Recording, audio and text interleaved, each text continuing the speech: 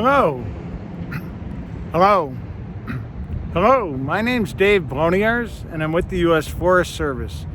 And right now I'm standing on the campus of the Springfield Technical Community College here in Springfield, Massachusetts.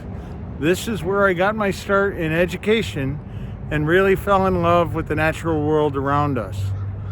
It all goes back to a time when I was exposed to Quabbin Reservoir, which is Massachusetts' largest reservoir, which provides water for the city of Springfield. And I went out there when I was younger in 8th grade with a professional photographer who was a nature photographer, and he was able to bring me around and introduce me to bald eagles and to deer and wild animals, as well as bears and a variety of other things out on the Quabbin Reservoir.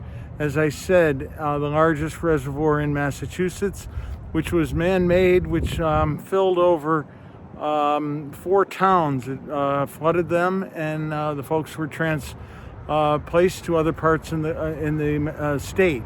So these 4 towns now are underwater, but at that time it made a great impression on me of how important the natural world around us was. So I continued my studies here at Springfield Technical Community College. I was actually in the landscape construction trade, and I worked there for another 13 years, all the while taking a few classes at the University of Massachusetts along the way. My focus really wasn't on natural resources per se, but I did take biology, horticulture, and a few. So along the way, I took more courses at the university. So along the way, I ended up taking all of my classes and finally graduated from the University of Massachusetts. And at that time, I decided that I would pursue really working in the natural world. So I started working with the city of Springfield in the Parks Department.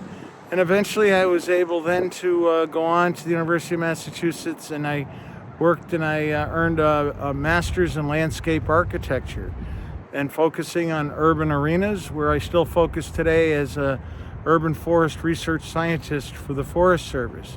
So at the UMass, I received my master's and continued working for the university. And eventually I decided that it would be a great opportunity to take advantage of the opportunity to work with the Forest Service, and I was able actually to pursue my doctorate. So I, over a 3-year period, I worked on the utilization of citizen scientists as an integral part of how we collect data on urban forest to measure and to count and to weigh and to examine. So I was able to really do a fun project working with over 100 community citizen scientists in Brookline, Mass, where we inventoried over 10,000 street trees along the roadways within Brookline. All the same while the Forest Service was emerging into urban and community forestry. So I had the opportunity, once I received my doctorate, to come over to the Forest Service and work as a research scientist. And that's what I continue to do today. My work involves working with the iTree team, which looks at the urban trees and urban green space, urban tree canopy, looking at the structure, function, and value of those within the urban landscape. I also work on education and outreach and do quite a bit with communities, low income and moderate income communities around the country, as well as around the world. So I have a great opportunity to engage with the public, working with our citizen scientists as the folks that really can play a big role in the maintenance, the management, the advocacy, and the stewardship of our urban forest, our community forest, our green space within the city. So it's been quite a ride working with the Forest Service for over 24 years, where I've had a really great time in public service, yet I don't look at it as service, I just look at it as community engagement. And in today's world, community engagement is really what's driving us and driving the train to make our cities more livable, more sustainable, addressing global climate change at the local level, and providing an opportunity to folks to make a difference in their community, to make the city more livable, and just have a better quality of life wherever they're located. So I can end right here, but I just want to show you around. This is the Springfield Armory.